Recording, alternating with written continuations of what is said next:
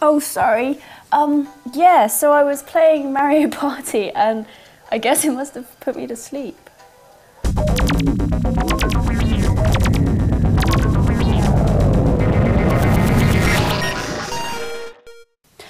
So we have yet another Mario Party title, only this time it's for the DS. What you've got is a collection of mini-games set into a board game story mode.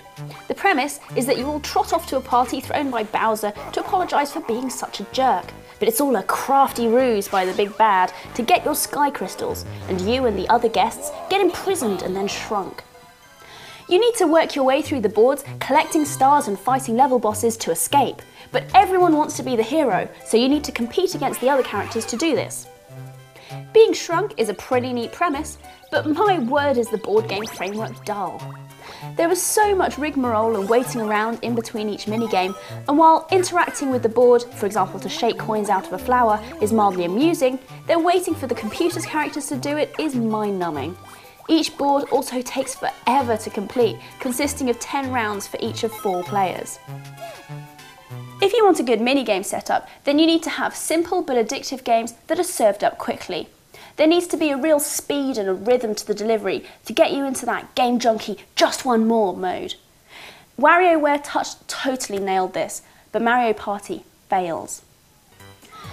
You also have to unlock each game in story mode before you can play it in the unstructured minigame mode, so there's no escaping this tedium. And the games themselves are largely uninspired.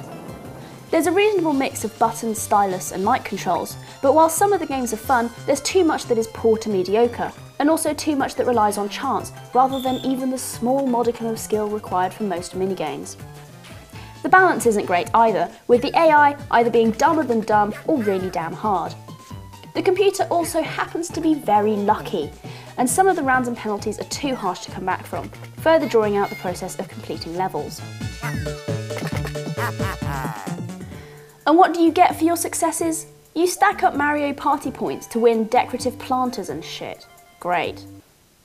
There are a few unlockable games and puzzles, but by that point I really didn't care. The game is pretty well animated and runs pretty smoothly. Although you can't play on Wi-Fi Connect, the multiplayer setup is good, and you can have up to 4 people playing on one game cartridge, so hats off to Hudson for that. And it is more fun to play against other people rather than the computer, so it might be a good one for kids in the playground. But to be perfectly honest, I don't think anyone over the age of 8 is going to be convinced by this title. Now, I don't normally resent games, even if they're bad, but these are definitely hours of my life that I want back. 2 stars. And Nintendo, stop making cash-ins. Greetings, dear friends, it's Stephen here, and I just wanted to tell you about the new QI Interactive DVD, Strictly Come Dancing.